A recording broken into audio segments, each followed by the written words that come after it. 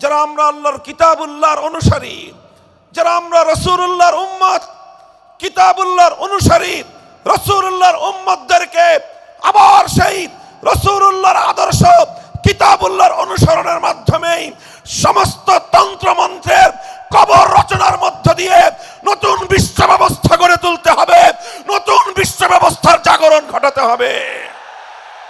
নিজেরা অপরাধ করলে সেই অপরাধীকে ছাড়িয়ে নেওয়ার জন্য সমস্ত আয়োজন, বিপক্ষ মতের লোকজন অপরাধ না করা সত্ত্বেও তাদেরকে কেচোর মতো মাটির গর্ত থেকে ধরে এনে তাদেরকে বিচারের মুখোমুখি দাঁড় করানো, অন্যায়ভাবে তাদের জীবন থেকে তাদের যৌবনের সময়গুলো কেড়ে নেওয়া, বছরের পর বছর অন্ধকার কারা প্রকোষ্ঠে তাদেরকে বন্দী করে রাখা। পৃথিবীতে ইসলাম এসেছে শুধুমাত্র ইবাদত, নামাজ, রোজার, হজ, যাকাতের বিধান বাস্তবায়নের জন্য নয়। ইসলাম দুনিয়াতে আগমন করেছে, তার আগমনের অন্যতম উদ্দেশ্য হলো সমস্ত বৈষম্য দূর করে, জুলুম আর বেইনসাফি দূর করে বিশ্ব সভ্যতায় ন্যায় এবং ইনসাফ কায়েম করা। নাহমাদুহু ওয়া নাস্তাঈনুহু ওয়া নাস্তাগফিরুহু ওয়া নু'মিনু বিহি ওয়া নাতাওয়াক্কালু আলাইহি ওয়া নাশহাদু আল লা ইলাহা ইল্লাল্লাহু ওয়াহদাহু লা শারীকা লাহু ওয়া নাশহাদু আন্না সাইয়্যিদানা ওয়া সানাদানা ওয়া হাবিবানা ওয়া মাওলানা মুহাম্মদ সাল্লাল্লাহু তাআলা আলাইহি ওয়া আলা আলিহি ওয়া আসহাবিহি ওয়া বারাকা ওয়া সাল্লাম وبارك وسلم تسليما كثيرا. أما بعد فأعوذ بالله من الشيطان الرجيم. بسم الله الرحمن الرحيم. هو الذي بعث في الأميين رسولا منهم يتلو عليهم آياته ويزكيهم ويعلمهم الكتاب والحكمة وإن كانوا من قبل لفي ضلال مبين. بارك الله لنا ولكم في القرآن العظيم ونفعنا وإياكم بالآيات والذكر الحكيم. اللهم صل على محمد وعلى آل محمد كما صليت على إبراهيم وعلى آل إبراهيم إنك حميد مجيد.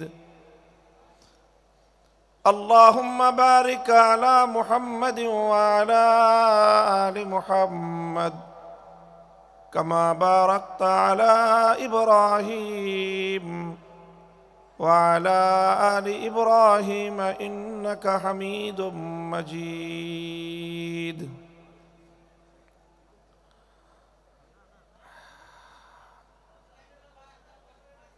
মুহতারাম সভাপতি, উপস্থিত হযরত উলামায়ে কেরাম, সম্মানিত শ্রদ্ধাভাজন আমার বয়োজ্যেষ্ঠ মুরব্বী সাহেবান,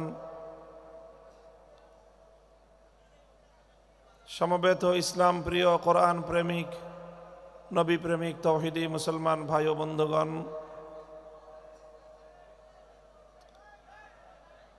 বিশেষভাবে আজকের এই আজিমুশান আয়োজনের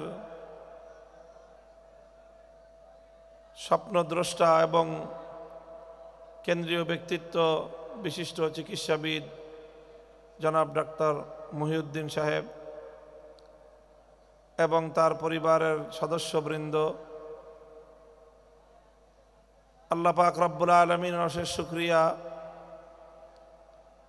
যে আজকে আদ্দিন সাকিনা মেডিকেল কলেজ এবং হাসপাতালের এই চত্বরে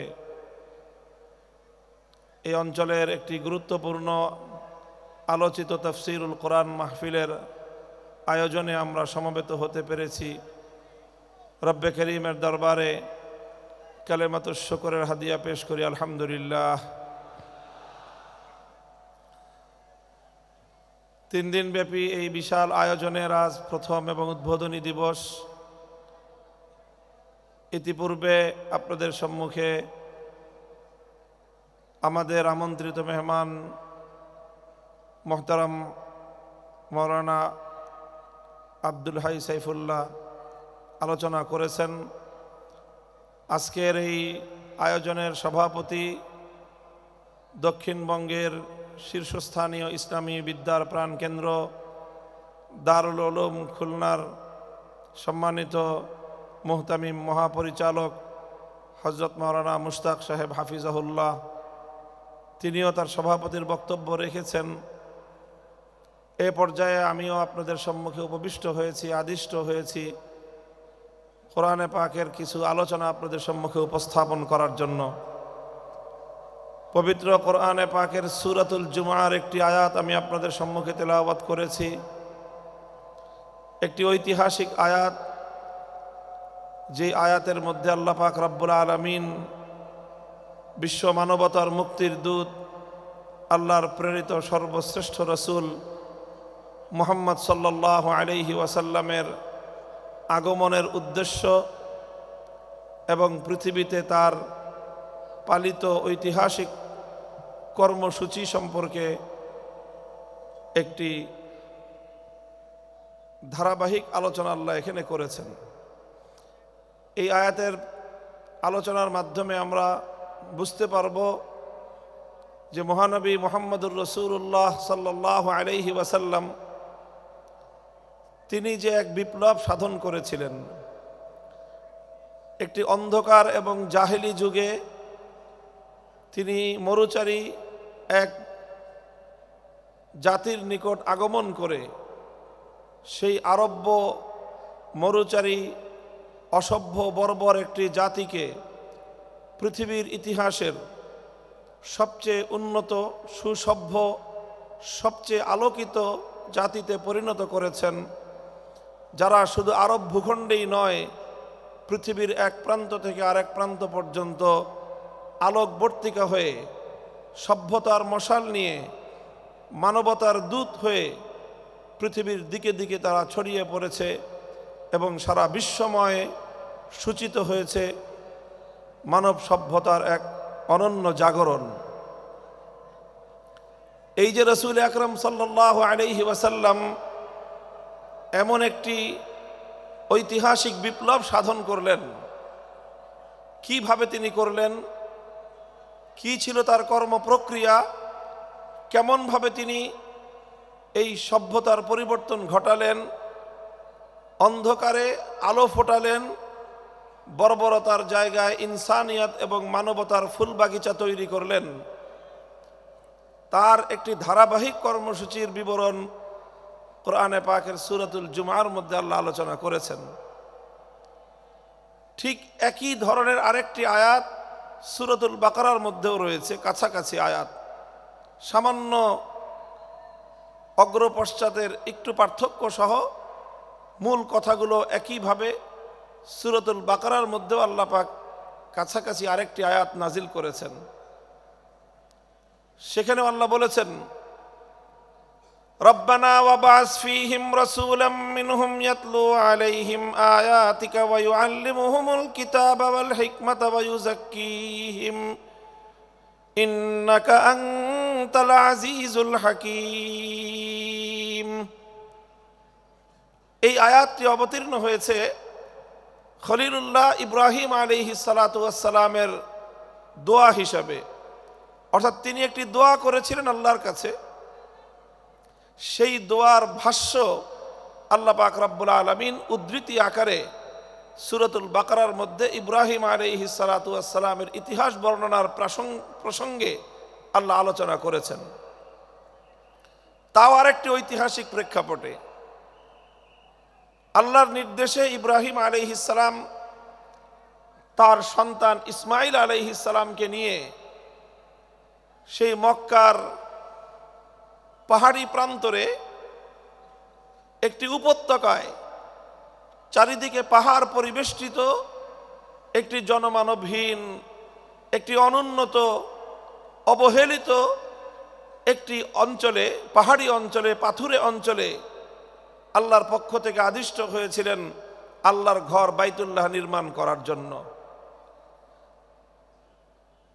বিওয়াদিন গায়রি জি জারইন, এমন একটি উপত্যকা যেখানে কোনো ফল ফসল হয় না, যেখানে কোনো ফুল ফোটে না, যেখানে কোনো বৃক্ষলতা গজায় না, অর্থাৎ মানুষকে আকৃষ্ট করার মতো সেখানে কিছুই নেই। একটি খুবই ক্ষুদ্র জনবসতি, তাও অতি সম্প্রতি যেই জনবসতিটা গড়ে উঠেছে, এমন একটি অনুন্নত, জনবিচ্ছিন্ন, অনুন্নত একটি জনবসতিতে আল্লাহ পাক নির্দেশ দিলেন সেখানে যেন আল্লাহর ঘর নির্মাণ করা হয়, এবং সেই ঘরটিকেই আল্লাহ পাক রব্বুল আলামিন অনাগত ভবিষ্যতে সারা পৃথিবীর জন্য সেন্টার পয়েন্ট হিসেবে, সারা পৃথিবীর মার্কাজ হিসেবে আল্লাহ সেটাকে বিশ্ববাসীর জন্য গ্রহণযোগ্য করবেন, এবং সারা পৃথিবীর নেতৃত্ব প্রদান করা হবে এই বাইতুল্লাহ থেকে, আল্লাহর ঘর থেকে, এবং সারা দুনিয়ার মানুষের কেন্দ্রবিন্দুতে পরিণত হবে এই ঘর। আল্লাহ পাক সেই ঘর নির্মাণ করার নির্দেশ দিলেন তার খলিলকে। স্বাভাবিকভাবেই খলিলুল্লাহ ইব্রাহিম আলাইহিস সালাতু ওয়াস সালামের কাছে এটা একটা বিস্ময় ছিল যে এমন একটা জনপদ, যেই জনপদে না আছে মানুষ, না আছে মানুষকে আকৃষ্ট করার মতো কোনো জিনিস, সেই জনপদের জনবিচ্ছিন্ন একটি পাহাড়ে পাথুরে ভূমিতে এই ঘরটি নির্মাণ করা হলে সেই ঘর কিভাবে সারা দুনিয়ার মানুষের জন্য কেন্দ্রে পরিণত হবে, কিভাবে? এটাকে কেন্দ্রে পরিণত করতে হলে প্রয়োজন হবে এখানে কেন্দ্রীয় কিছু কর্মসূচির, যেই কর্মসূচির মাধ্যমে আল্লাহর ঘর বাইতুল্লাহ সারা পৃথিবীর মানুষের জন্য কেন্দ্রে পরিণত হবে, এখানে একটা মার্কাজ গড়ে উঠবে। আর সেটা গড়ে উঠবার জন্য ইব্রাহিম আলাইহিস সালাতু ওয়াস সালাম বুঝতে পেরেছিলেন যে একটি মার্কাজ, একটা সেন্টার গড়ে উঠবার জন্য প্রয়োজন হলো একজন কেন্দ্রীয় ব্যক্তিত্বের।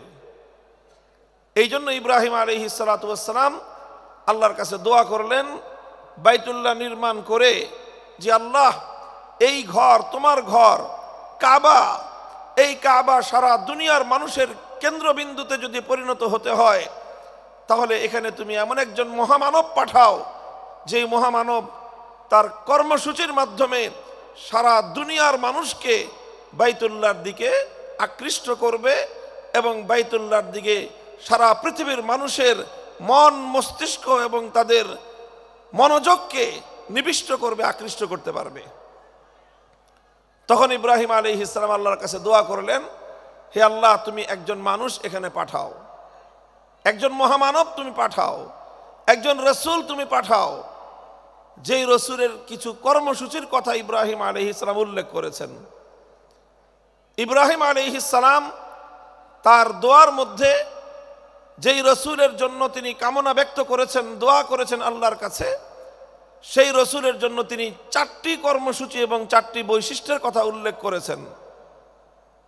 বিস্ময়কর বিষয় হলো ইব্রাহিম আলাইহিস সালাতু ওয়াস সালাম যেই 4টি বৈশিষ্ট্যের কথা উল্লেখ করেছিলেন, তার দোয়ার মধ্যে তার সেই কামনীয় মহান রসুলের জন্য 6000 বছর পরে আল্লাহ পাক রব্বুল আলামিন যখন সেই মক্কার মাটিতে, সেই মক্কার ভূখণ্ডে, সেই বাইতুল্লাহর নগরে তিনি যখন ইব্রাহিম আলাইহিস সালামের দোয়ার সেই স্বপ্ন পুরুষ মুহাম্মদুর রাসূলুল্লাহ সাল্লাল্লাহু আলাইহি ওয়াসাল্লামকে আল্লাহ নবুয়ত দিয়ে প্রেরণ করলেন, তখনও আল্লাহ পাক রব্বুল আলামিন এই মহান নবীর কর্মসূচি হিসেবে সেই 4টি বিষয়কেই উল্লেখ করলেন, যেই 4টি বিষয়কে উল্লেখ করে 6000 বছর আগে ইব্রাহিম আলাইহিস সালাম এরকম একজন মহামানব পাঠানোর জন্য আল্লাহর কাছে আকুতি জানিয়েছিলেন।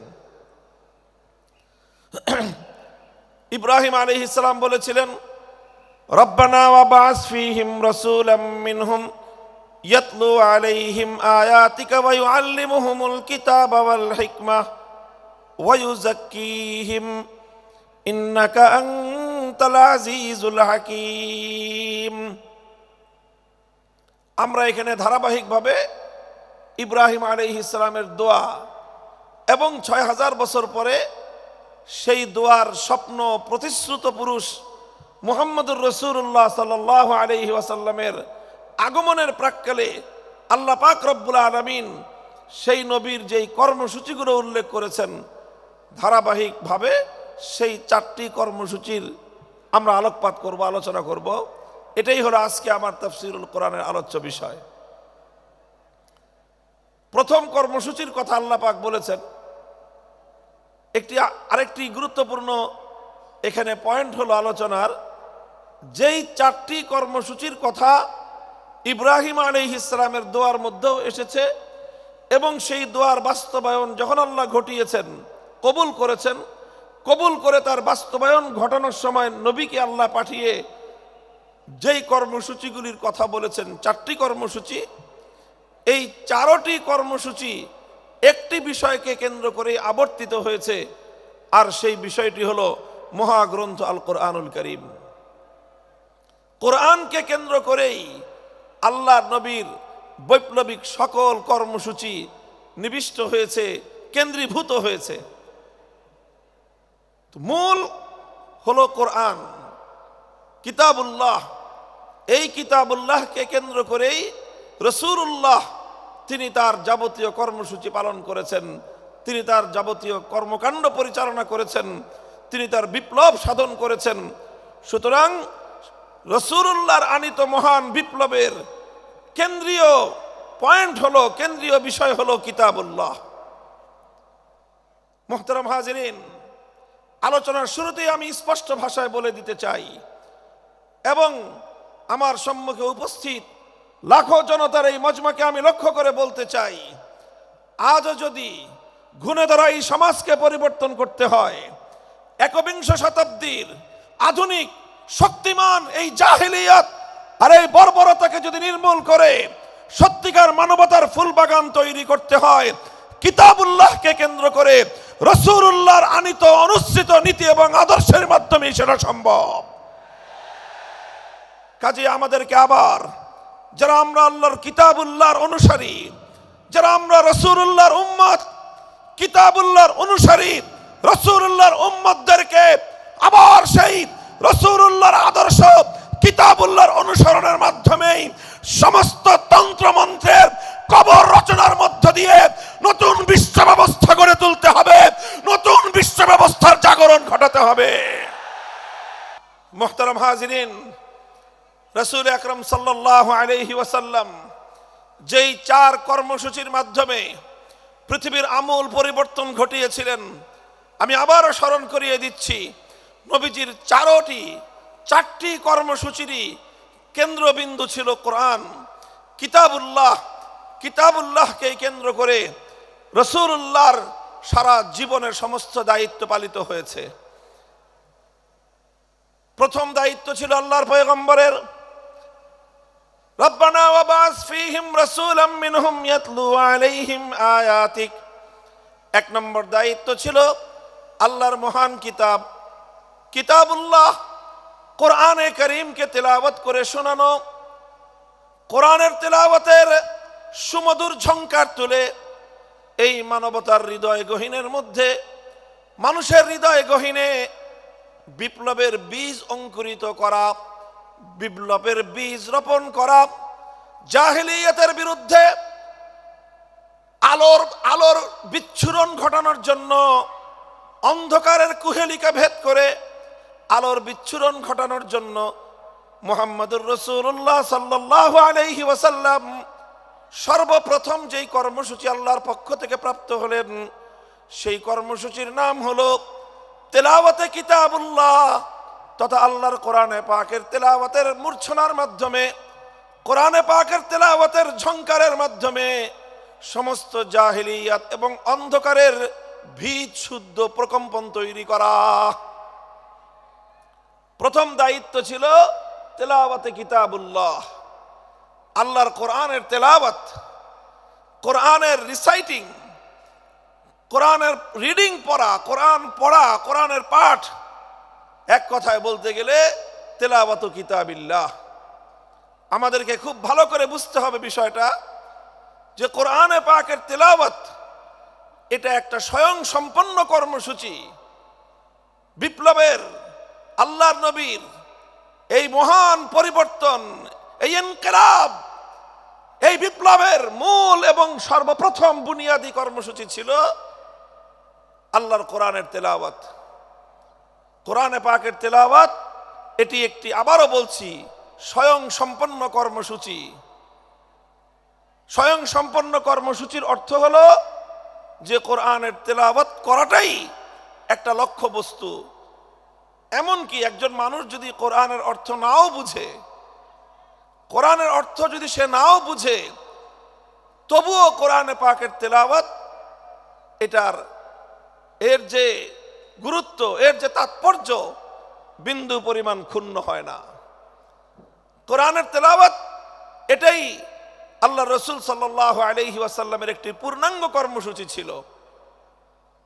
পৃথিবীতে একমাত্র কিতাব, একমাত্র গ্রন্থ যার রিসাইটিং এবং যার তেলাওয়াত এটি একটি বড় ধরনের প্রভাব তৈরি করতে পারে।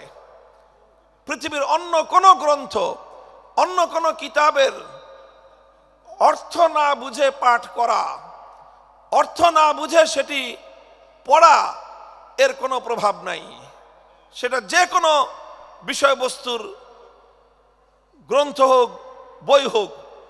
আপনি দর্শনের বই, সাহিত্যের বই, সায়েন্সের বই, মেডিকেলের যত বইপত্র, এগুলো পড়েন, যে কোনো একজন পাঠক যদি পড়ে আর যদি সে তার মর্ম না বুঝে, তার অর্থ না বুঝে, তাহলে সাহিত্যের বই পাঠ করে মর্ম না বুঝলে সাহিত্যের কিছুই শিখতে পারবে না।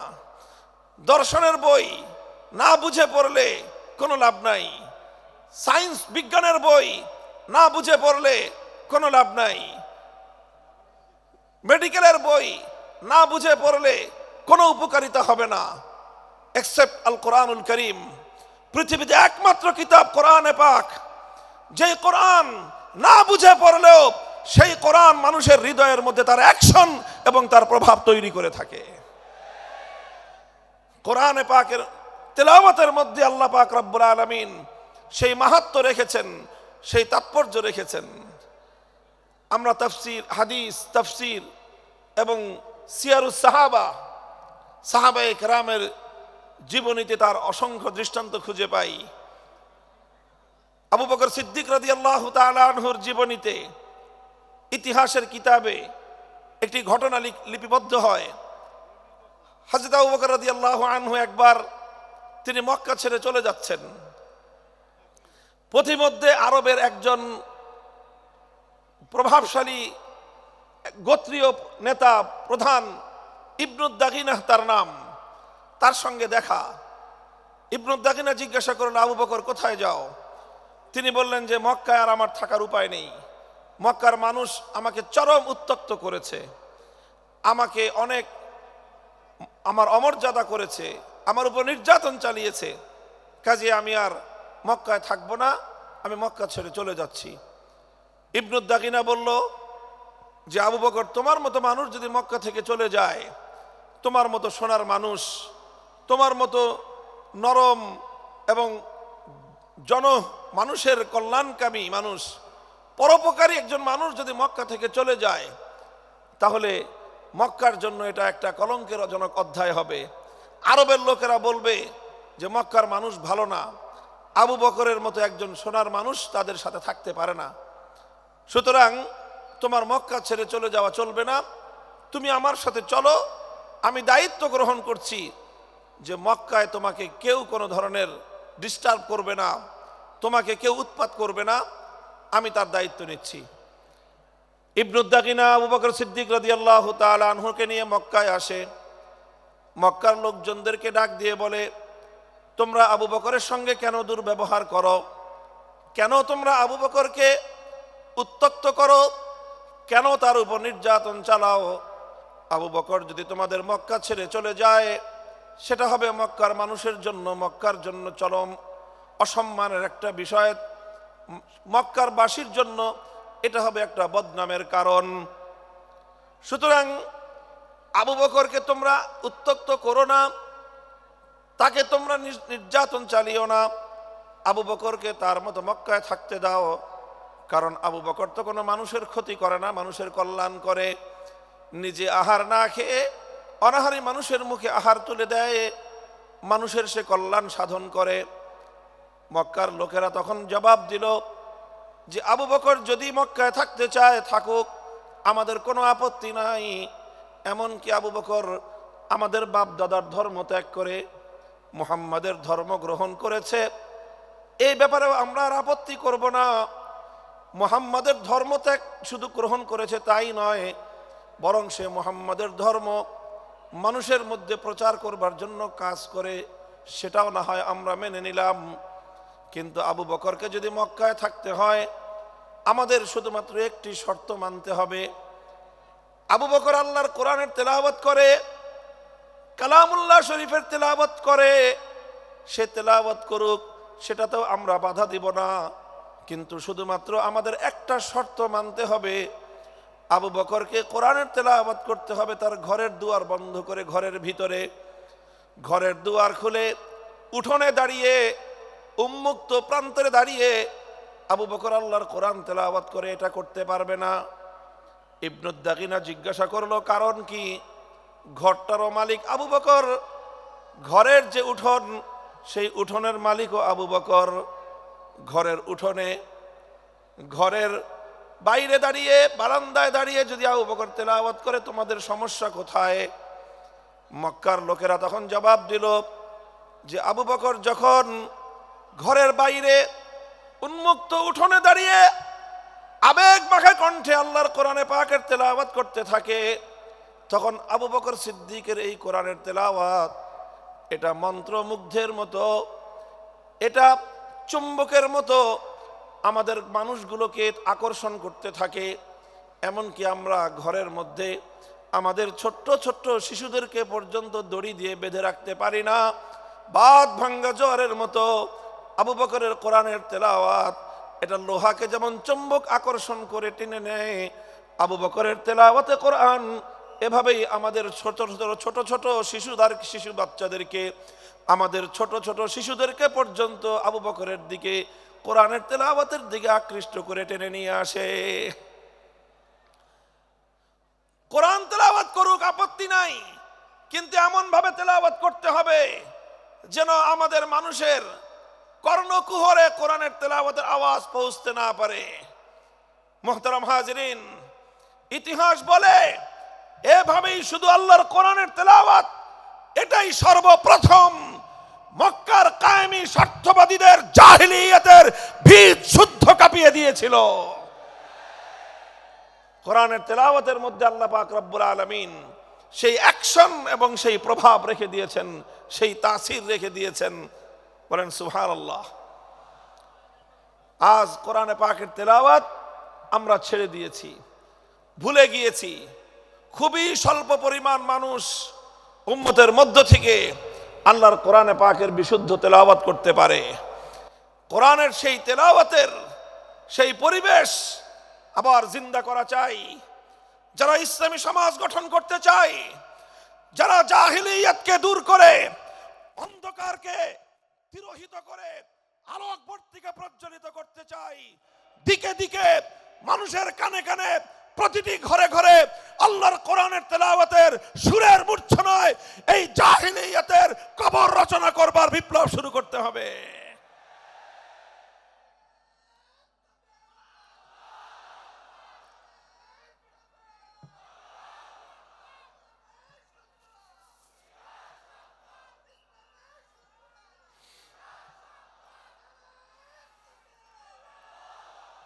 هو الذي بعث في الأميين رسولا منهم يتلو عليهم آياته ويعلمهم الكتاب والحكمة। নবী আকরাম সাল্লাল্লাহু আলাইহি ওয়াসাল্লামের এক নম্বর কর্মসূচি ছিল তেলাওয়াতে কালামে পাক, তেলাওয়াতে কিতাবুল্লাহ। আলহামদুলিল্লাহ, আজকের সমাজেও মাদ্রাসাগুলোর মধ্যে, শিক্ষা প্রতিষ্ঠানগুলোর মধ্যে, বিশেষ করে মক্তব এবং তাহফিজুল কোরআন বিভাগ, হিফজ বিভাগে এই বিশুদ্ধ তেলাওয়াতের চর্চা চলছে। আমরা আজকের এই 5ই আগস্ট পরিবর্তিত বিপ্লবোত্তর বাংলার এই মাটিতে একটা স্পষ্ট আহ্বান জানাতে চাই, একটা দাবি তুলতে চাই। গোটা বাংলার 18 কোটি তৌহিদি জনতার এক কণ্ঠে আওয়াজ তুলতে চাই। আমাদের জাতীয় শিক্ষা ব্যবস্থায় প্রতিটি স্কুলে, প্রাইমারি স্কুলে আমার সন্তানদেরকে জাতীয় শিক্ষা ব্যবস্থার অন্তর্ভুক্ত করে বিশুদ্ধ কোরআন তেলাওয়াত শিক্ষার ব্যবস্থা করতে হবে। যদি স্কুলগুলোতে আমাদের সোনামণিদেরকে আল্লাহর কোরআনের সঠিক শিক্ষা, তেলাওয়াত শিক্ষা দেওয়া শুরু হয়, এই আমার বাংলাদেশকে আর কোন শক্তি বিপদগামী করতে পারবে না, বিপদগামী করতে পারবে না ইনশাআল্লাহ।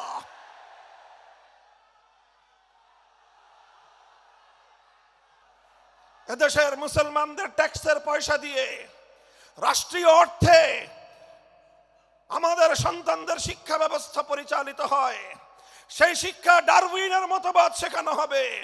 সেই শিক্ষা ব্যবস্থায় সেখানে নানা ধরনের গাঁজাখুরি গল্প শেখানো হবে।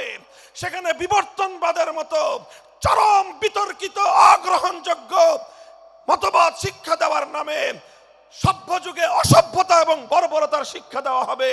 ট্রান্সজেন্ডারের মতো চরম বিতর্কিত শিক্ষা দেওয়া হবে।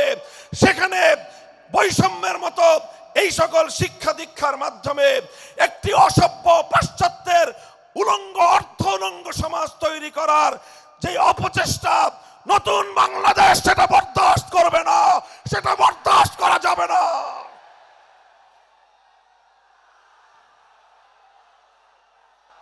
এই জন্য আমরা যে কথা বলছি, কোরআনকে ঘরে ঘরে পৌঁছাতে হবে। প্রতিটি শিশুর হৃদয়ে আল্লাহর কোরআনের আলো জ্বালতে হবে। আমাদের জাতীয় শিক্ষা ব্যবস্থায় প্রতিটি প্রাইমারি স্কুলে একজন কোরআনের শিক্ষক নিয়োগ দিয়ে বিশুদ্ধ তেলাওয়াতের এই আওয়াজ আজ বাংলাদেশে গণদাবিতে পরিণত করতে হবে। নিজেদের অধিকার যদি স্বাভাবিকভাবে আদায় না হয়, যে কোনো মূল্যে আগামী ভবিষ্যৎ প্রজন্মের ঈমান এবং আকীদা রক্ষার জন্য আদায় করে নিতে হবে, আদায় করে নিতে হবে।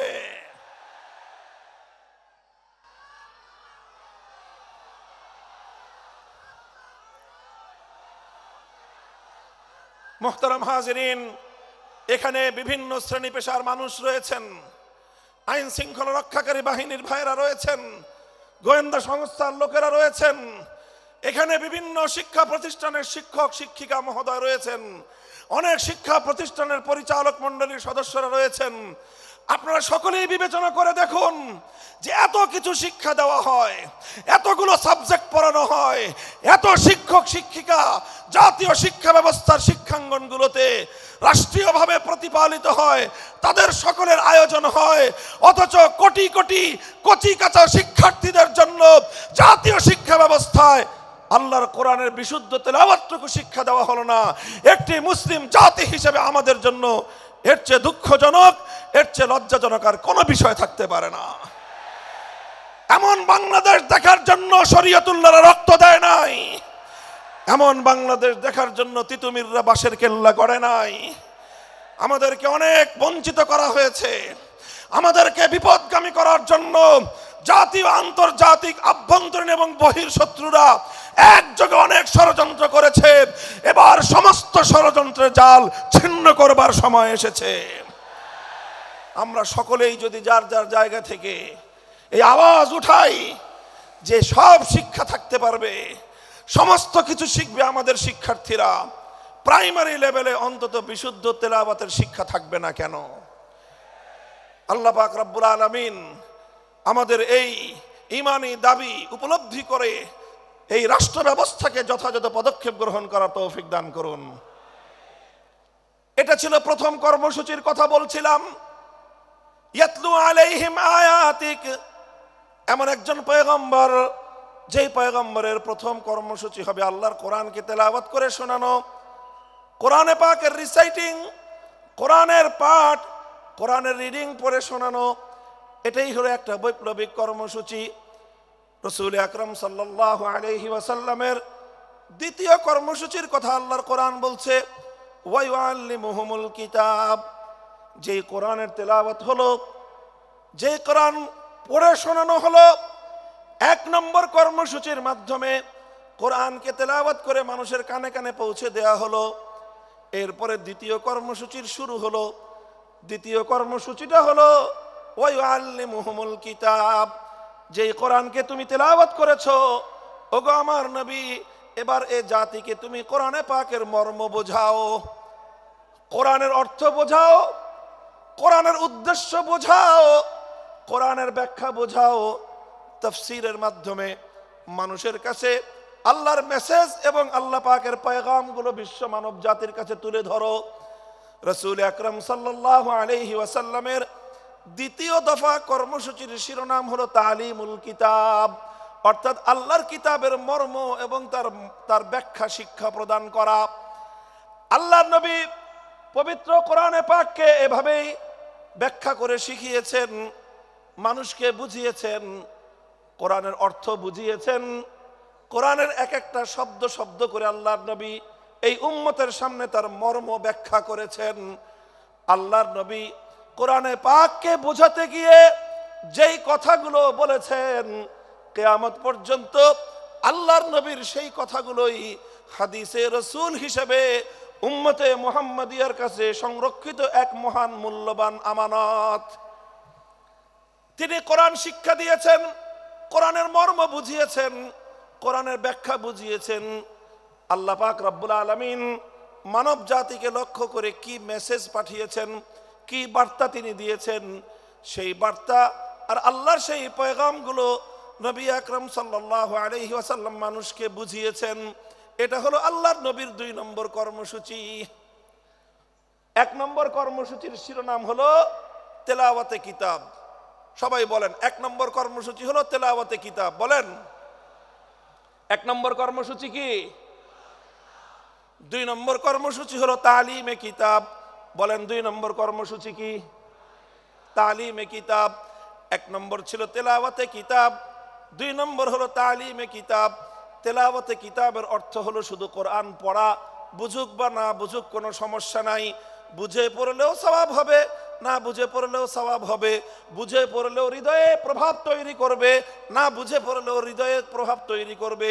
আল্লাহর কোরআন একমাত্র গ্রন্থ যার প্রতিটি অক্ষরের মধ্যে আল্লাহ পাক রব্বুল আলামিন এক অসাধারণ এবং এক অসম্ভব রকম শক্তি দিয়ে আল্লাহ প্রতিটি অক্ষরকে নাজিল করেছেন। 2 নম্বর তেলাওয়াত, 2 নম্বর কর্মসূচি হলো তালিমে কিতাব।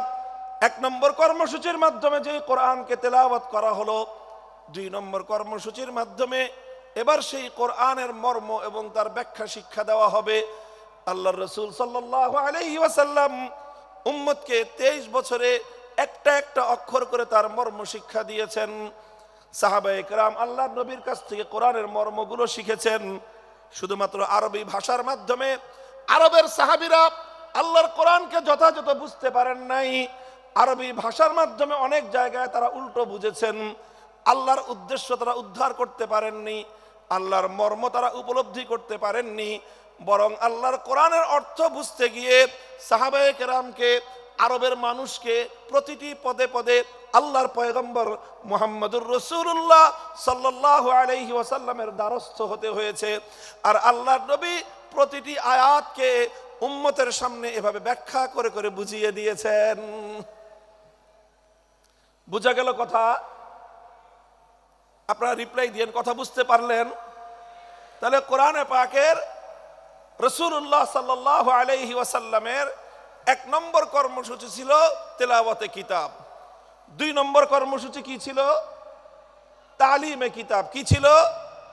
তালিমে কিতাব। এটা ছিল 2 নম্বর কর্মসূচি।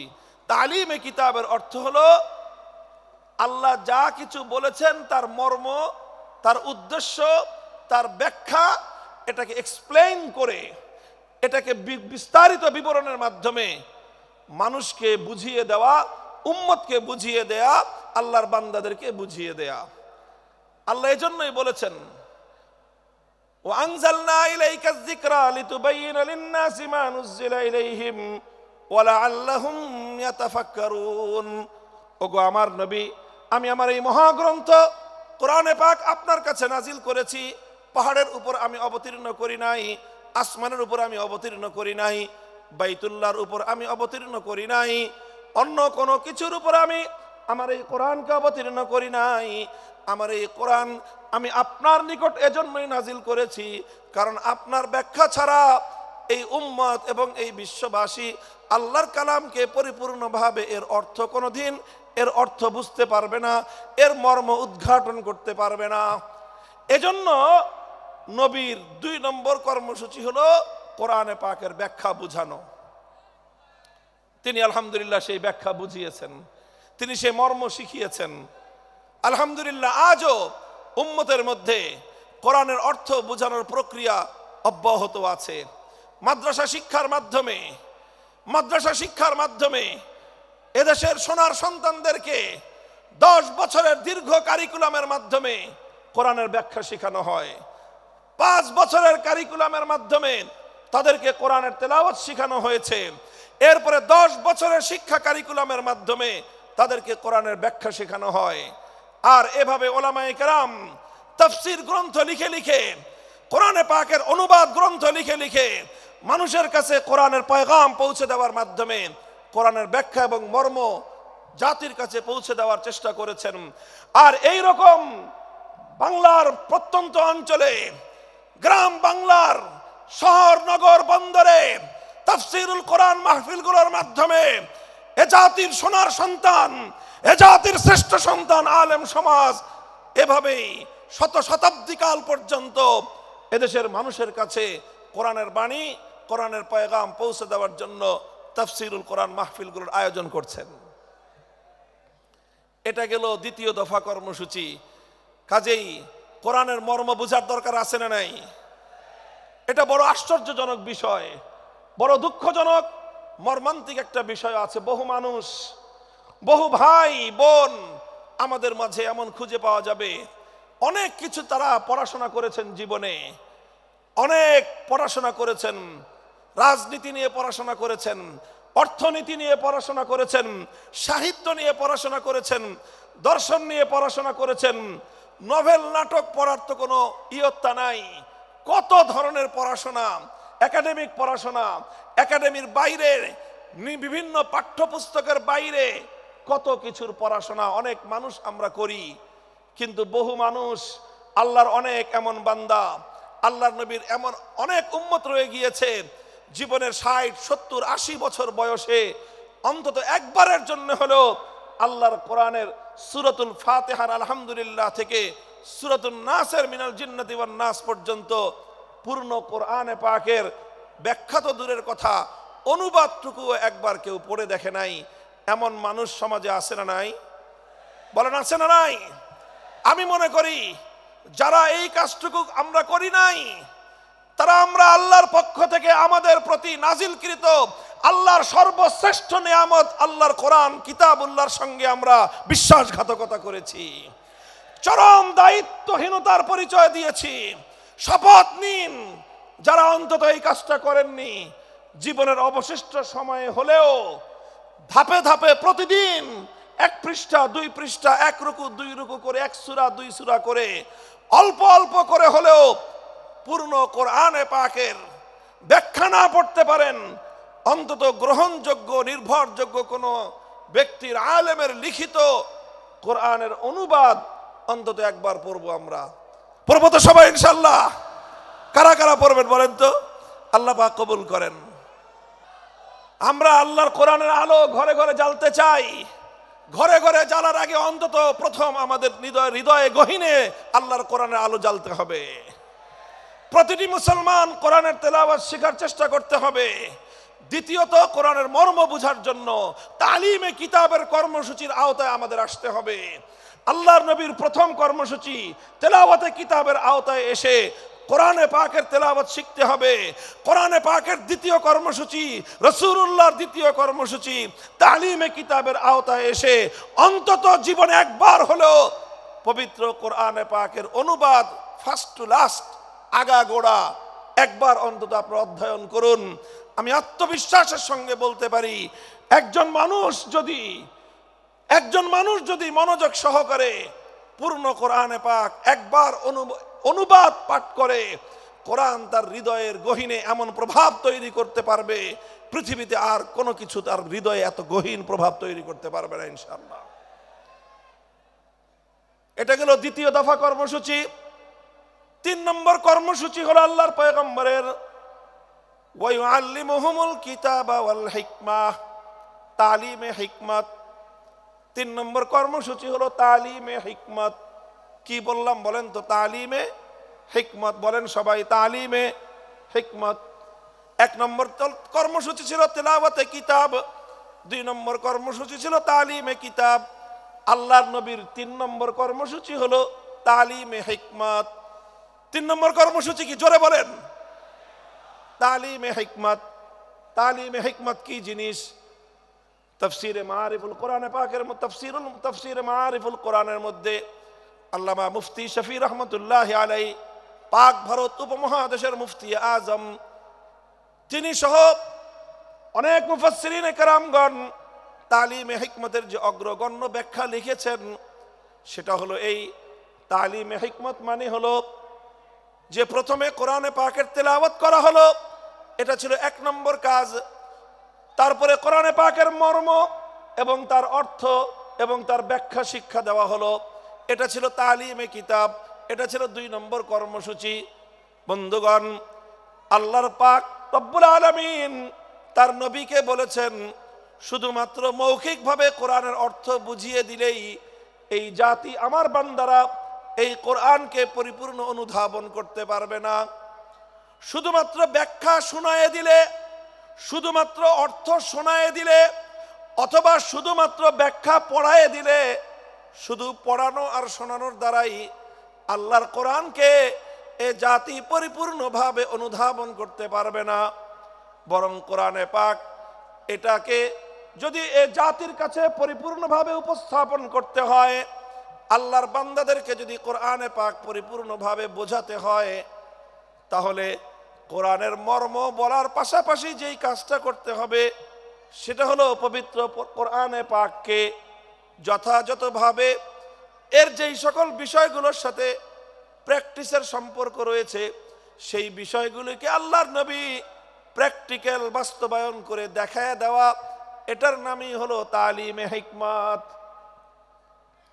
অর্থাৎ কোরআন এটা শুধুমাত্র থিওরিটিক্যাল কোনো গ্রন্থ নয়, এটার থিওরি যতটা উপলব্ধি করতে হয়, থিওরিগুলো যতটা আত্মস্থ করতে হয়, থিওরিটা যতভাবে বুঝতে হয়, পাশাপাশি কোরআনকে বুঝতে হলে তার তৃতীয় যে কর্মসূচি সেটা হলো প্র্যাকটিক্যাল ভাবেই কোরআনকে বুঝতে হবে। আপনারা যারা জেনারেল শিক্ষায় শিক্ষিত, বিশেষ করে যাদের সায়েন্স ব্যাকগ্রাউন্ড, তারা খুব ভালো করে জানেন যে সায়েন্সের বিশেষ করে এই যে আপনার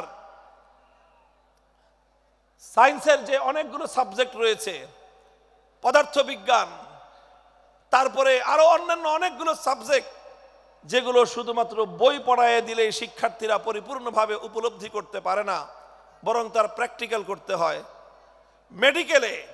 মেডিকেলে তো এই বিষয়টা আরো চরমভাবে এটা বাস্তব বিষয় যে মেডিকেলের কোনো বিষয় শুধুমাত্র শিক্ষক শিক্ষিকারা লেকচার দিয়ে স্টুডেন্টদেরকে বুঝিয়ে দিতে পারে না। শুধুমাত্র লেকচার শুনে, বই পড়ে কোনো একজন ছাত্র কোনোদিন ডাক্তার হতে পারে না। লেকচার শুনতে হয়, বই এবং শীট পড়তে হয়, পাশাপাশি প্রত্যেকটা বিষয়ের জন্য এখানে প্র্যাকটিক্যাল করার জন্য ল্যাবরেটরি থাকে। এই যে এখানে আদ্দিন মেডিকেল কলেজে যান, আমি দেখেছি এটার পরিদর্শন করে, এখানে চমৎকার সব ল্যাবগুলো রয়েছে। প্রতিটি ক্লাসের, প্রতিটি বর্ষের শিক্ষার্থীদের জন্য প্রায় প্রতিটি ক্লাসের সাথে সাথে প্র্যাকটিক্যাল হাতে কলমে মেডিকেল সায়েন্সের শিক্ষা দেওয়ার জন্য মানব দেহের অঙ্গ প্রত্যঙ্গের ডিটেলস বিবরণ হাতে কলমে আঙ্গুল দিয়ে প্র্যাকটিক্যাল দেখিয়ে দিয়ে একজন শিক্ষার্থীকে সেখানে শিক্ষা দেওয়া হয়। কথা বলেন ঠিক না বেঠিক? মেডিকেল সায়েন্স যতটা প্র্যাকটিক্যাল, কোরআনে পাক তার চেয়ে বেশি প্র্যাকটিক্যাল। কোরআন শুধুমাত্র অর্থ বুঝে, শুধু ব্যাখ্যা বুঝে আল্লাহর কোরআনের উপর পরিপূর্ণভাবে আমল করা কশ্চিনকালেও সম্ভব নয়। এজন্য রাসূল আকরাম সাল্লাল্লাহু আলাইহি ওয়াসাল্লামের 3 নম্বর কর্মসূচি হলো তালিমে হিকমত। তালিমে হিকমতের অর্থ হলো তেলাওয়াতে কিতাবের মাধ্যমে যেই কোরআনের তেলাওয়াত হয়েছে, তালিমে কিতাবের মাধ্যমে যেই কোরআনের অর্থ এবং ব্যাখ্যা শিক্ষা দেওয়া হয়েছে, তালিমে হিকমতের মাধ্যমে সেই কোরআনে পাকের প্র্যাকটিক্যাল বিষয়গুলো বাস্তবে প্রতিফলিত করে প্র্যাকটিক্যাল করে উম্মতকে দেখিয়ে দিতে হবে। এটা হলো তালিমে হিকমত। এবং নবী আকরাম সাল্লাল্লাহু আলাইহি ওয়াসাল্লাম তার জীবনের একটা গুরুত্বপূর্ণ অধ্যায় তালিমে হিকমতের মধ্যে কাটিয়েছেন। উম্মতকে প্র্যাকটিক্যাল শিখিয়েছেন। কোরআন কিভাবে শিখিয়েছেন যেমন উপলব্ধি করুন। দৃষ্টান্ত দিয়ে আমি বলছি সংক্ষেপে। আল্লাহ পাক কোরআনে আয়াত নাজিল করলেন, আকিমুস সালাত, সালাত কায়েম করো। আল্লাহ নবী প্রথমে তেলাওয়াত শোনালেন, আকিমুস সালাত ওয়া আতুজ যাকাত ওয়া আতিউল্লাহ ওয়া রাসূলহু। তেলাওয়াত শোনালেন, 1 নম্বর কর্মসূচি পালিত হলো। তারপরে সালাতের মর্ম ব্যাখ্যা করে বোঝালেন যে সালাতের অর্থ কি। আল্লাহ নবী বুঝিয়ে দিলেন সালাতের অর্থ হলো এমন একটা ইবাদত যে ইবাদতের মধ্যে তাকবীরে তাহরিমা থাকবে, যে ইবাদতের মধ্যে সূরা ফাতিহার তেলাওয়াত থাকবে, যে ইবাদতের মধ্যে সূরা ফাতিহার পরে আরো কোরআনের তেলাওয়াত থাকবে, যে ইবাদতের মধ্যে রুকু থাকবে, রুকুর মধ্যে তাসবিহ থাকবে, তারপরে সাজদা থাকবে, সাজদার মধ্যে তাসবিহ থাকবে, তারপরে বৈঠক হবে, সেই বৈঠকের মধ্যে তাশাহুদ থাকবে। এইভাবে সালামের মাধ্যমে যে ইবাদতটা সমাপ্ত হবে, সালাতের দ্বারা সেই ইবাদত উদ্দেশ্য, সেই সালাতকে কায়েম করতে বলেছেন। কিয়ামের ইকামতের কি অর্থ আল্লাহর নবী তার সব কিছু ব্যাখ্যা করে বুঝিয়ে দিয়েছেন। এখানেই নবীজির দায়িত্ব শেষ হয়নি, বরং সালাত কিভাবে আদায় করতে হবে রাসূল আকরাম সাল্লাল্লাহু আলাইহি ওয়াসাল্লাম প্র্যাকটিক্যাল ভাবে সেটা উম্মতকে শিক্ষা দিয়েছেন। মদিনার মসজিদে নববীর মধ্যে তিনি মিম্বার স্থাপন করে সেই মিম্বারের উপর দাঁড়িয়ে রাসূলুল্লাহ সাল্লাল্লাহু আলাইহি ওয়াসাল্লাম 2 রাকাত নামাজ আদায় করেছেন। সকলে দর্শক, আল্লাহর নবী সালাত আদায়কারী, সকল সাহাবী দর্শক। এরপরে আল্লাহর নবী সকলকে লক্ষ্য করে বললেন, সল্লু কামা রাআইতুমুনি উসাল্লি, তোমরা আমাকে যেভাবে নামাজ পড়তে দেখলে ঠিক সেভাবেই তোমরা নামাজ পড়বে। শুধু আমার কথা শুনে নামাজ পড়বে না, আমার হাদিস পড়ে শুধু নামাজ পড়বে না, বরং আমার নামাজ দেখে দেখে তোমরা নামাজ শিখবে। প্র্যাকটিক্যালি নামাজ শিক্ষা দিয়েছেন। এই যে নামাজের যে প্র্যাকটিক্যাল শিক্ষা দিলেন, এটার নামই হলো তালিমে হিকমত। এটা শুধু নামাজের ক্ষেত্রেই নয়, জীবনের প্রতিটি ক্ষেত্রে, প্রত্যেকটি কর্মকাণ্ড একজন মুমিনের প্রতিটি কর্মকাণ্ডের প্র্যাকটিক্যাল নমুনা আল্লাহর নবীর জীবন থেকে গ্রহণ করতে হয়। নবীর জীবনে প্রতিটি কাজের যেই প্র্যাকটিক্যাল নমুনা আছে, সেই প্র্যাকটিক্যাল নমুনাটাই হলো তালিমে হিকমত, সেটাই হলো কোরআনে পাকের প্র্যাকটিক্যাল। আল্লাহর নবীর উপর কোরআনে আয়াত নাজিল হলো, আস-সারিকু ওয়াস-সারিকাতু ফাকতাউ আইদিয়াহুমা জাযাআম বিমা কাসাবা নাকালাম মিনাল্লাহ ওয়াল্লাহু আজিজুন হাকীম। আয়াত নাজিল হলো, নবীজি তেলাওয়াত করে শোনালেন, 1 নম্বর দায়িত্ব পালন হলো। তারপরে চুরি, চোর নারী হোক পুরুষ হোক, সেই চোরের সংজ্ঞা শিখালেন যে মানুষ কখন চোর সাব্যস্ত হয়, কতটুকু সম্পদ কিভাবে চুরি করলে এটা কোরআনে পাকের ভাষায় চুরি বলে সাব্যস্ত হবে। তারপরে সেই চুরির অপরাধ সাব্যস্ত হতে হলে কি লাগবে, আল্লাহর নবী সেটাকে ব্যাখ্যা করে বোঝালেন। ব্যাখ্যা করে শুধু মৌখিকভাবে বুঝিয়ে দিয়েই আল্লাহর নবীর দায়িত্ব ক্ষান্ত হয়নি, বরং যখন জমিনের মধ্যে চুরির অপরাধ যখন সংগঠিত হয়েছে, সেই অপরাধ সংগঠিত হওয়ার পর আল্লাহর কিতাবের ব্যাখ্যা অনুযায়ী, আল্লাহর কোরআনের নির্দেশ অনুযায়ী তিনি প্র্যাকটিক্যাল ভাবে চুরির শাস্তি প্রয়োগ করে দুনিয়াবাসীকে দেখিয়ে দিয়েছেন যে এই আয়াতের প্র্যাকটিক্যাল কিভাবে করতে হয়।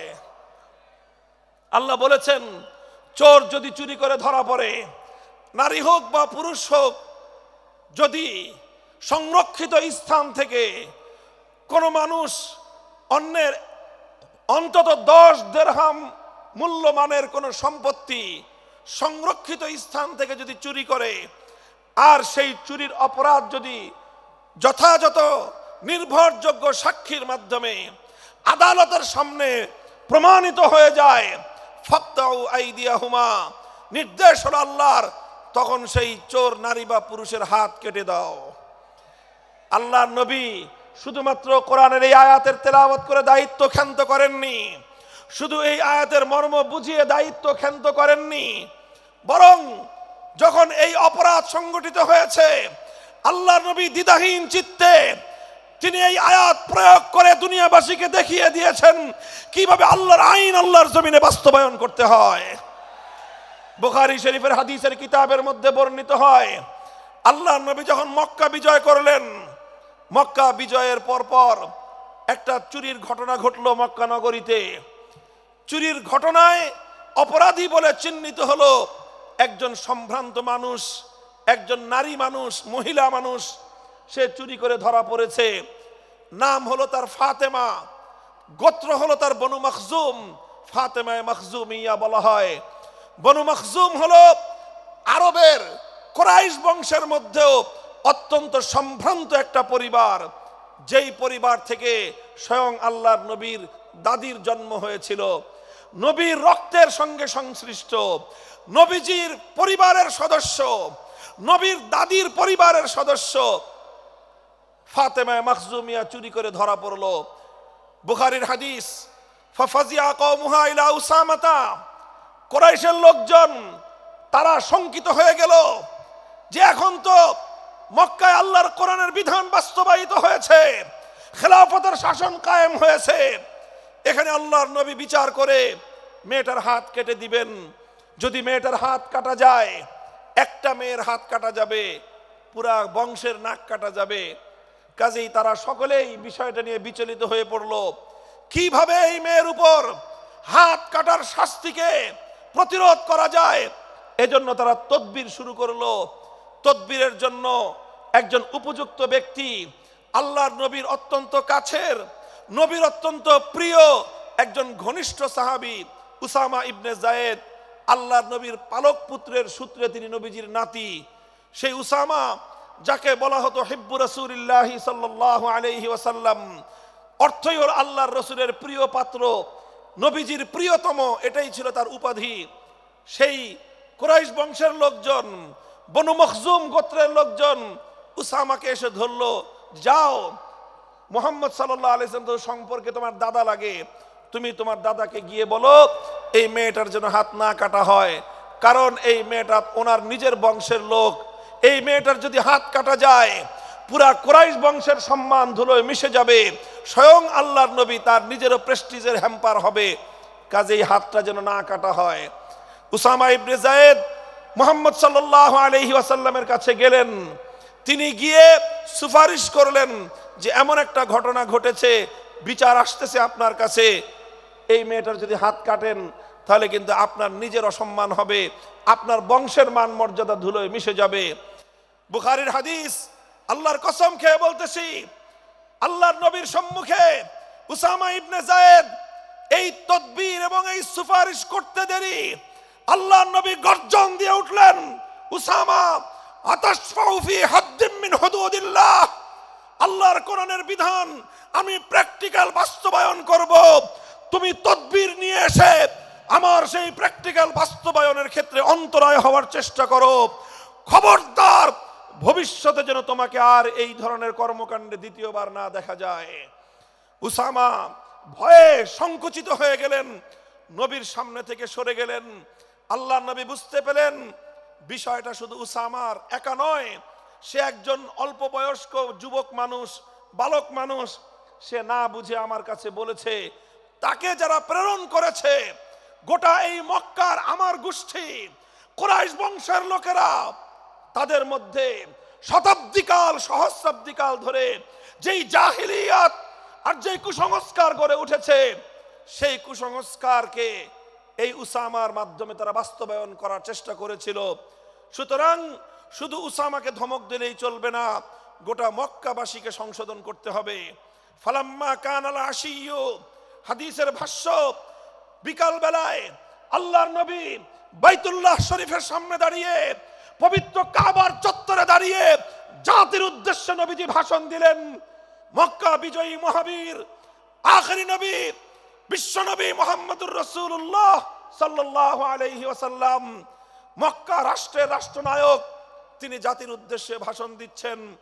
পৃথিবীর অনেক নেতা, অনেক প্রধানমন্ত্রী, অনেক রাষ্ট্রনায়ক, অনেক বিশ্ব নেতা বিশ্ব মানব জাতির উদ্দেশ্যে ভাষণ দিয়েছে, আর আল্লাহর নবীও একজন লিডার হিসেবে, একটি জাতির কর্ণধার হিসেবে জাতির উদ্দেশ্যে তিনি ভাষণ দিচ্ছেন। কম্পেয়ার করা দরকার, নবীর ভাষণ থেকে বিশ্ব নেতাদের, জাতীয় নেতাদের শিক্ষা গ্রহণ করা উচিত। আল্লাহ নবী বললেন, লক্ষ্য করে শুনুন, বাইতুল্লাহকে সামনে রেখে পবিত্র কাবা শরীফের চত্বরে নবীজি লক্ষ্য করে বললেন, ইন্নামা হালাকা মান কানা ক্বাবলাকুম ইযা সারাকা ফীহিমুদ দাঈফ আকামু আলাইহিল হাদ ওয়া ইযা সারাকা ফীহিমুশ শরীফ তারাকুহু। হে আমার জাতি, শুনে রাখো, পৃথিবী থেকে অনেক সম্প্রদায়, অনেক জাতি, অনেক কওমকে আল্লাহ পাক রব্বুল আলামিন ধ্বংস করে দিয়েছেন। তাদের ধ্বংসের পিছনে একটা বড় কারণ ছিল, একটা অপরাধে তাদেরকে আল্লাহ ধ্বংস করে দিয়েছেন। সেই অপরাধটা ছিল ইজা সারাকা ফীহিমুজ যায়ীফ আকামু আলাইহিল হাদ ওয়া ইজা সারাকা ফীহিমুশ শরীফ তারাকুহু। যখন তাদের সম্প্রদায়ের মধ্যে কোনো সম্ভ্রান্ত লোক, কোনো প্রভাবশালী লোক, কোনো ক্ষমতাবান লোক যখন অপরাধ করত, যখন কোনো প্রভাবশালী লোক অপরাধ করত, কোনো নেতা, কোনো নেতার আপনজন, কোনো মন্ত্রী, কোনো মন্ত্রীর আত্মীয় স্বজন, কোনো সরকারি দলের লোকজন, কোনো টাকা পয়সাওয়ালা, কোনো বড় লোক, কোনো প্রভাবশালী ব্যক্তি, কোনো সম্ভ্রান্ত ব্যক্তি যখন অপরাধ করত, তখন সেই সম্ভ্রান্ত ব্যক্তির উপর তারা আইনের শাসন প্রয়োগ না করে তারা বিষয়টাকে চেপে যেত, তার উপর আইন প্রয়োগ না করে, শাস্তি বিধান বাস্তবায়ন না করে তাদেরকে ছেড়ে দেওয়া হতো।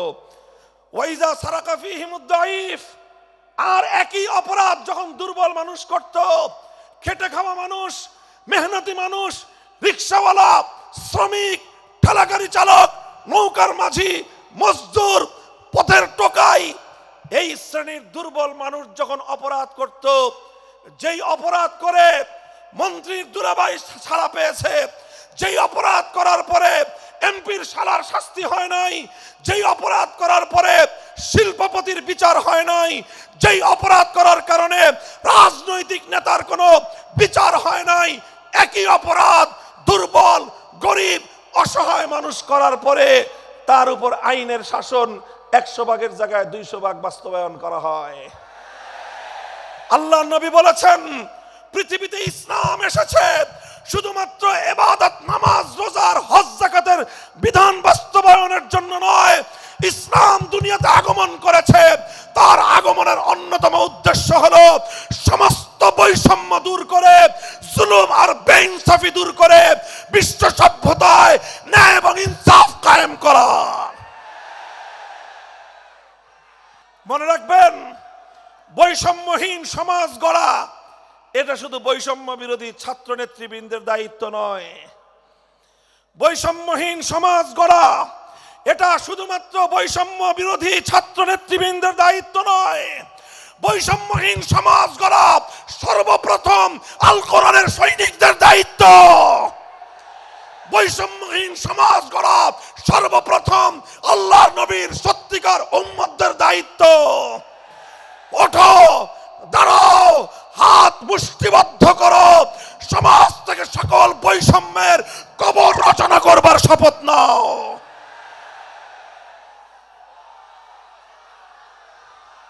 মুহতারাম হাজিরিন, কথাটা খুব জায়গা লক্ষণীয়, শোনার বিষয়। যারা একটা বৈষম্যহীন সমাজ দেখতে চাও, যারা জুলুম এবং অত্যাচারে অতিষ্ঠ হয়ে গিয়েছো, যাদের জীবনকে এই ধরনের অন্যায়, অবিচার, জুলুম, শোষণ, স্বৈরতন্ত্র যাদের অন্তর হৃদয়কে জ্বালিয়ে পুড়িয়ে ছারখার করে দিয়েছে, হে হতাশাগ্রস্ত জাতি, আসো আল কোরআনের কাছে। আমরা তোমাদেরকে মুক্তির বার্তা শোনাই, আমরা তোমাদেরকে সান্ত্বনার বাণী শোনাবো। আসো হাতে হাত রাখি, সমস্ত বৈষম্য জুলুম স্বৈরতন্ত্রের কবর রচনা করে আল্লাহর কোরআনের সমাজ গড়বার জন্য হাতে হাত রাখি। দেখেন আল্লাহ পাক রব্বুল আলামিন যুগে যুগে যত নবী রাসূল প্রেরণ করেছেন, যুগে যুগে যত আসমানি কিতাব আল্লাহর পক্ষ থেকে অবতীর্ণ হয়েছে, কেন হয়েছে? শুধুমাত্র মুসল্লিদের সমাজ গড়বার জন্য নয়, শুধুমাত্র রোজাদার সমাজ গড়ার জন্য নয়, অবশ্যই কোরআন এবং কিতাব নাজিল হয়েছে নামাজের জন্য, অবশ্যই কোরআন এবং কিতাব নাজিল হয়েছে রোজা হজ যাকাত সহ আল্লাহ পাকের যাবতীয় বিধান সমাজে বাস্তবায়ন করার জন্য। তবে একমাত্র এটাই উদ্দেশ্য নয়, বরং সমস্ত কিতাব সমস্ত নবী রাসূল দুনিয়াতে আগমন করার অন্যতম একটা মৌলিক লক্ষ্য।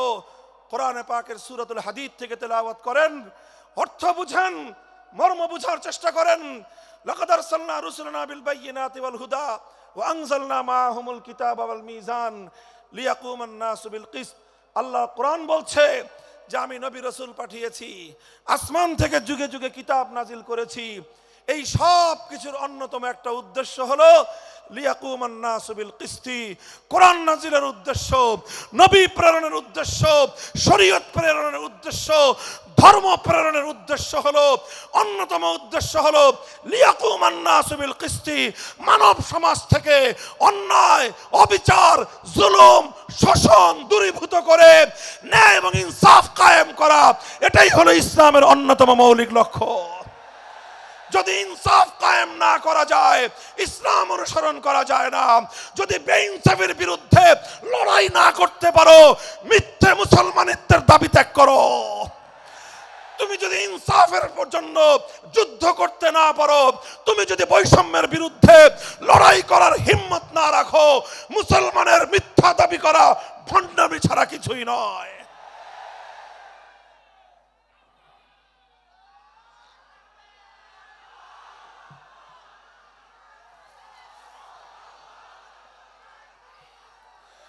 এই জন্য আমাদেরকে বুঝতে হবে, আমাদের জীবনের অন্যতম মিশন, যে জন্য আল্লাহ তার নবীদেরকে পাঠিয়েছেন, নবীদের জীবনের মিশন যা ছিল, নবীর উত্তরাধিকারী, নবীর অনুসারীদের জীবনের মিশনও সেটাই হবে। বলেন কথা ঠিক না বেঠিক? যে পথে গিয়েছে নবীদের জীবন, সে পথে যাবে আমাদের জীবন। যেটা ছিল নবীদের ভীষণ, সেটাই হবে আমাদের ভীষণ। যদি এটাই হয় সত্য কথা, এটাই যদি হয় শপথ, তবে বৈষম্যহীন সমাজ গড়বার জন্য যা করতে হয় তাই করা আমার আর তোমার জিম্মাদারি। যদি সেজন্য আমাদেরকে ঘাম ঝরাতে হয়, ঘাম ঝরানো আমাদের দায়িত্ব। আর যদি সেজন্য চোখের অশ্রু দিতে হয়, চোখের অশ্রু দেওয়া আমাদের দায়িত্ব। যদি সম্পদের কোরবানি করতে হয়, মাল সম্পদের কোরবানি করা, সেটাই আমাদের জীবনের দায়িত্ব এবং উদ্দেশ্য। আর সর্বোপরি যদি একটি বৈষম্যহীন সমাজ গড়বার জন্য শাহাদাতের রক্ত দিতে হয়, আবু সাঈদদের মতো বৈষম্যের বিরুদ্ধে বুক পেতে দিয়ে জীবন দেওয়ার জন্য শপথ নিতে হবে।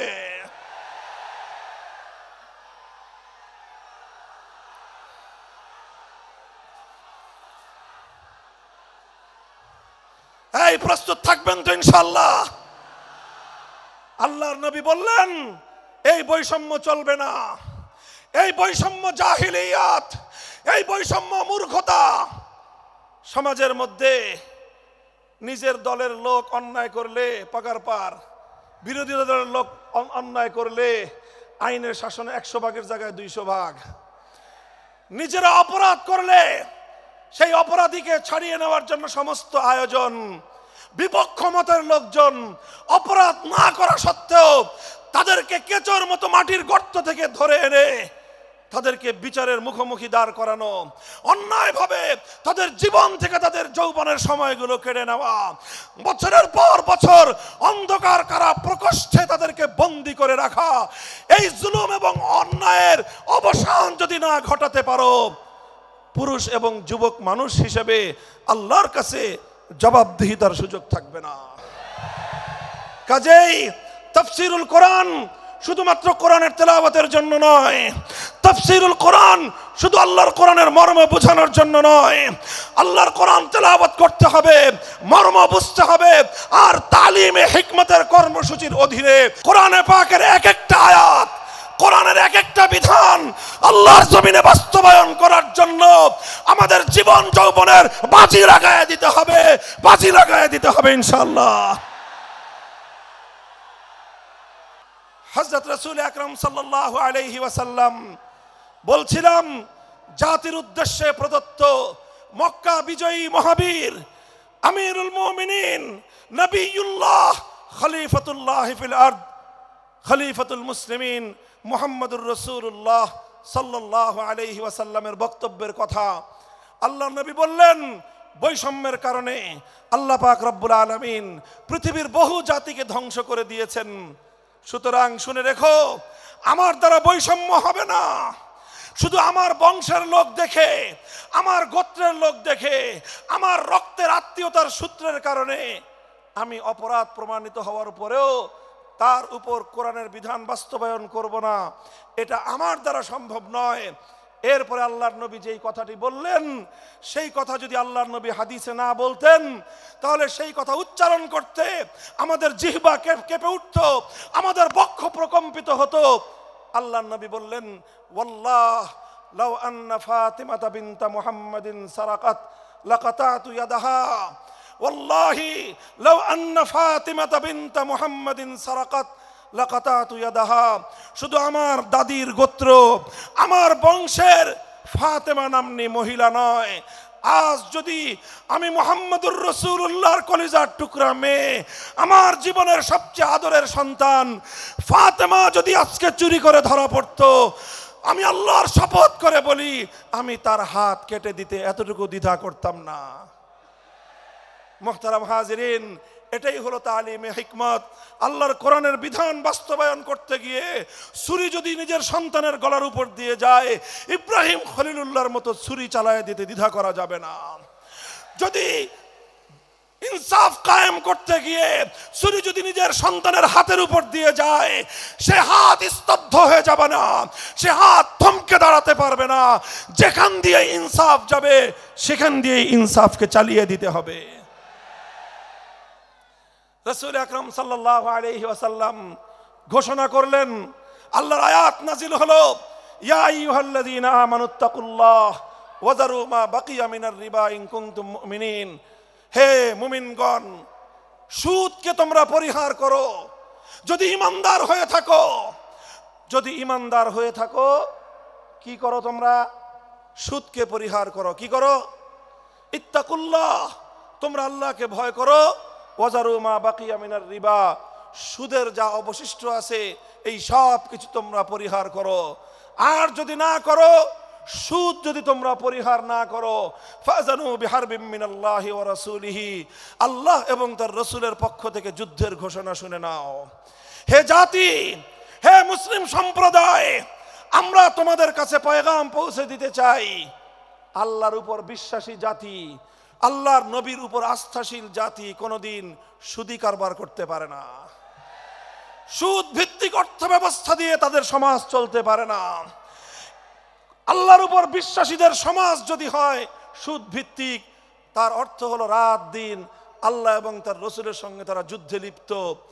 যেই মুসলিম জাতি আল্লাহর সাহায্য নিয়ে বিশ্বব্যাপী বিজয়ী হওয়ার স্বপ্ন দেখে, সে মুসলিম জাতি যদি স্বয়ং আল্লাহর সঙ্গে যুদ্ধে লিপ্ত থাকে, তাদের জীবনেও কল্যাণ এবং বিজয় আসার সম্ভাবনা নাই।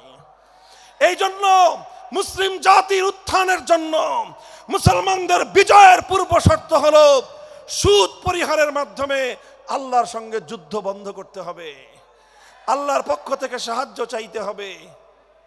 কোরআনের আয়াত, সূরা বাকারার আয়াত, এই আয়াত নাজিল হওয়ার পরে আল্লাহর নবী শুধু তেলাওয়াত করে দায়িত্ব ক্ষান্ত করেন নাই, শুধু সুদের মর্ম বুঝিয়ে নিজের দায়িত্ব ক্ষান্ত করেন নাই।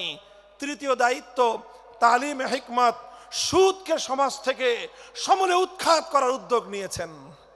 বলেন সুবহানাল্লাহ।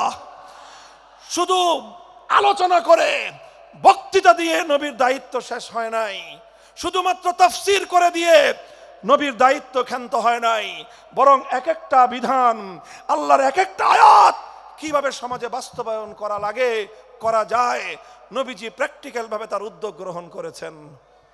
কিভাবে উদ্যোগ নিয়েছেন? সুদের বিরুদ্ধে কি উদ্যোগ নিয়েছিলেন? কিতাব উল্টান, হাদিসের কিতাব, বুখারী শরীফের হাদিস, নবীজি ঘোষণা দিলেন, আলা ইন্না রিবাল জাহিলিয়াতি মাওদুউন তাহতা কদামাইয়া। জাহিলিয়াতের যুগে যত সুদের কারবার চলতো, ইসলাম এবং আল কোরআনের সমাজ গড়বার পর সেই জাহিলি যুগের রীতি, সুদ ভিত্তিক অর্থ ব্যবস্থা মুসলিম সমাজে আর থাকতে পারে না। নবীজি বললেন, সুদের কবর রচনা করলাম আমি আমার পায়ের নিচে। আল্লাহ নবী আক্ষরিক অর্থে এ কথা বললেন, আমি আমার পায়ের নিচে সুদের কবর রচনা করলাম। এরপরে আল্লাহ নবী ঘোষণা দিলেন, অনেকে আছো তোমরা যারা আগে কুফরির জমানায় জাহিলিয়াতের যুগে সুদের উপর লগ্নি করেছো, সুদের উপর মানুষকে ঋণ দিয়েছো, সুদী মহাজন যারা সুদের ভিত্তিতে মানুষকে টাকা দিয়েছো, এইরকম কাজ কারবার যারা করত, সেই যুগে তাদের মধ্যে একজন ছিলেন স্বয়ং আল্লাহর নবীর চাচা হযরত আব্বাস বিন আব্দুল মুত্তালিব রাদিয়াল্লাহু আনহু। মক্কার ঘরে ঘরে আব্বাস রাদিয়াল্লাহু আনহু মানুষের কাছে ঋণ টাকা দিতেন, টাকা পাওনা ছিল এবং সকল টাকা লগ্নি করা ছিল, বিনিয়োগ করা ছিল সুদের ভিত্তিতে।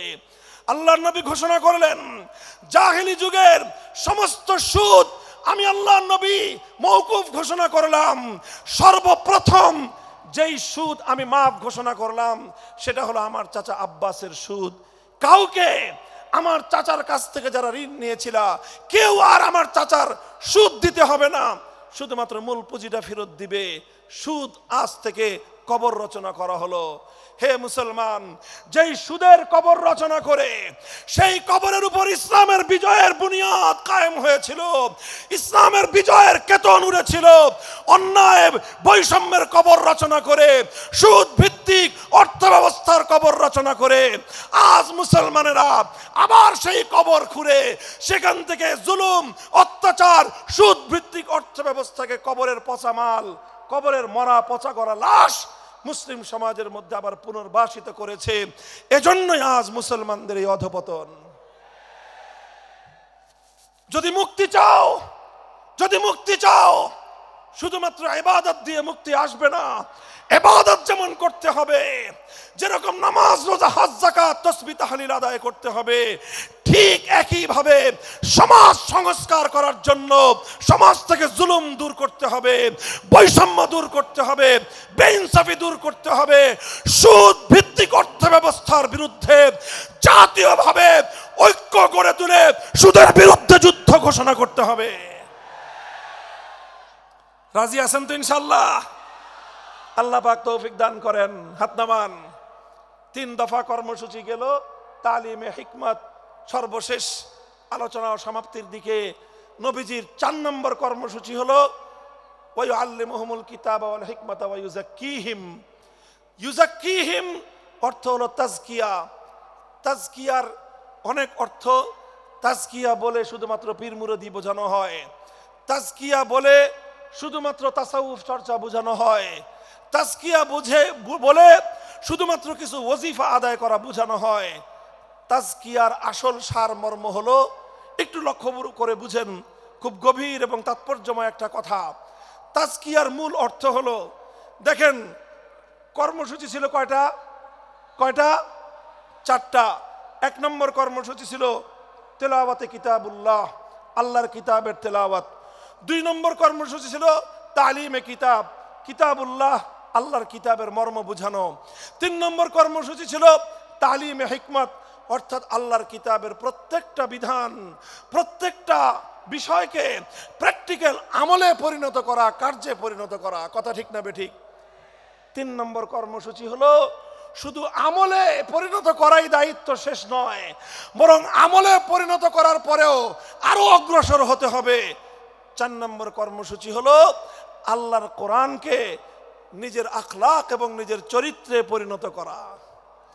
কোরআনকে চরিত্রে পরিণত করা, কোরআনের চরিত্র অর্জন করা, কোরআন যে আখলাকের কথা বলেছে, কোরআন যেই চরিত্রের কথা বলেছে, সেই কোরআনই চরিত্র যখন একজন মানুষ গঠন করতে পারে, এটাকেই বলা হয় তাজকিয়া, এটার নামই হলো তাসাউফ। মুহতারাম হাজিরিন, আল্লাহর নবী নিজের জীবনে 100% 100% আল্লাহর কোরআনকে নিজের চরিত্রে পরিণত করতে পেরেছিলেন। এই জন্য যদি কেউ জিজ্ঞাসা করে আল্লাহর নবীর সিরাত কি, নবীর জীবনীটা কি বলেন তো, সবচেয়ে সংক্ষিপ্ত অথচ সবচেয়ে পূর্ণাঙ্গ জবাব হলো, কি বললাম, সবচেয়ে সংক্ষিপ্ত অথচ সবচেয়ে পূর্ণাঙ্গ। নবীর জীবন সম্পর্কে সবচেয়ে সংক্ষিপ্ত এবং সবচেয়ে পূর্ণাঙ্গ বর্ণনা হলো কানা খুলুকুহু আল কোরআন, আমার নবীর চরিত্র ছিল কোরআন। কোরআন যা বলেছে নবীর চরিত্রে সেটা বাস্তবায়িত হয়েছে, নবীর আখলাকে সেটা বাস্তবায়িত হয়েছে। নবীজির কথাবার্তা, নবীজির উঠা বসা, নবীজির আচার ব্যবহার, নবীজির প্রত্যেকটা অ্যাক্টিভিটি, এমনকি চিন্তা চেতনা সব যখন আল্লাহর কোরআন অনুযায়ী তৈরি হয়, তখন সেটাকেই বলা হয় তাজকিয়া। আর এটাই হলো কোরআনকে কেন্দ্র করে চতুর্থ কর্মসূচি। মুহতারাম হাজিরিন, আমি আমার আলোচনা এবার সমাপ্তির দিকে টেনে নিয়ে যাই। আসুন আমরা আল্লাহর কোরআনকে সেন্টারে রেখে একটা সমাজ বিনির্মাণের চেষ্টা করি। সেই সমাজ বিনির্মাণের জন্য প্রথম কাজ, ঘরে ঘরে কানে কানে কোরআনের তেলাওয়াতের আওয়াজ পৌঁছে দেই। 2 নম্বর, প্রতিটি মুসলমানের কাছে কোরআনের মর্ম বোঝানোর চেষ্টা পৌঁছে দেই। 3 নম্বর হলো কোরআনের প্রত্যেকটা বিধান সমাজে, ব্যক্তিগত জীবনে, পরিবার জীবনে, সমাজে, রাষ্ট্র জীবনে বাস্তবায়ন করার উদ্যোগ নেই। চতুর্থ কর্মসূচি হলো আল্লাহর কোরআনকে নিজের আখলাক, নিজের চরিত্রে রূপান্তরিত করার জন্য সর্বাত্মক চেষ্টা চালাই। ইনশাআল্লাহ রাজি আছি তো? ইনশাআল্লাহ রাজি আছেন তো? আল্লাহর কোরআন শুধুমাত্র তেলাওয়াত নয়, শুধুমাত্র তাফসীর আর ব্যাখ্যা নয়, এই কোরআনকে বাস্তবে পরিণত করবার জন্য মুসলমানরা যদি উদ্যোগ গ্রহণ করে, আগামীর বিশ্ব হবে ইসলামের বিশ্ব, আগামীর বিশ্ব হবে আল কোরআনের বিশ্ব ইনশাআল্লাহ। বাংলাদেশ বাংলাদেশ বাংলাদেশ নিয়ে আমার আখেরি বার্তা এখন হলো, বিপ্লবের জন্য বাংলাদেশ উর্বর হয়ে আছে। কথা বলেন ঠিক না বেঠিক?